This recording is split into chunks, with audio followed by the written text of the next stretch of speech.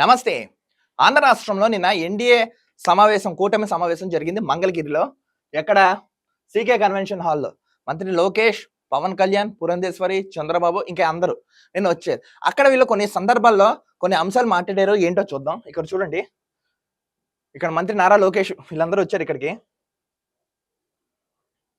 ఇదిగోండి. పవన్ కళ్యాణ్ వీళ్ళందరూ ఒక చోట కలిశారు. అంటే 100 రోజులు కంప్లీట్ అయిన సందర్భంగా ఆంధ్ర రాష్ట్రంలో వీళ్ళందరూ ఇక్కడ కలిశారు. ఇదిగోండి చంద్రబాబు నాయుడు వీళ్ళందరూ వచ్చి కలవడం అయితే జరిగింది. ఇదిగోండి.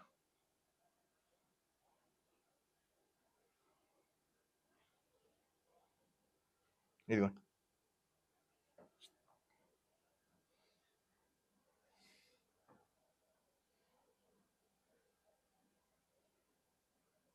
సో నిన్న వీళ్ళు ఈ సమావేశంలో కొన్ని కీలకమైన వ్యాఖ్యలు చేశారు. ఏంటి? ఆంధ్ర రాష్ట్రంలో లా అండ్ ఆర్డర్ సెటరేట్ చేస్తున్నాం, రాష్ట్రాన్ని అభివృద్ధి దిశలో తీసుకెళ్లే దిశలో పెడుతున్నాం, ఎంతటి వన్నా సరే వదిలిపెట్టాం, అన్యాయాలకు అక్రమాలకు ఆంధ్ర రాష్ట్రం అడ్డగా అయిపోయింది, కొకైన్ హెరాయిన్ భయంకరంగా అవుతుంది, అభివృద్ధి దిశగా ఆంధ్ర రాష్ట్రం వెళ్తుంది, కేంద్ర ప్రభుత్వం మన దగ్గర ఉంది, నెక్స్ట్ నూతన మధ్య విధానం అమలు చేస్తుందని చంద్రబాబు నాయుడు నిన్న క్లియర్ కట్ గా కొన్ని తెలపడం జరిగింది. నేను చెప్తున్నాను, ఇప్పుడు ఈ సమావేశం నిర్వహించుకున్నారు కదా, క్లియర్ కట్ గా మీకు ఒక స్ట్రైట్ ఒక పాయింట్ అయితే చెప్పదలుచుకున్నాను. దయచేసి ఆంధ్ర రాష్ట్రంలో లా అండ్ ఆర్డర్ లేదు, ముందు సెటరేట్ చేసి తర్వాత రోడ్స్, హెల్త్, ఎడ్యుకేషన్ మాకు కార్పొరేట్ లెవెల్లో మాకైతే కావాలి.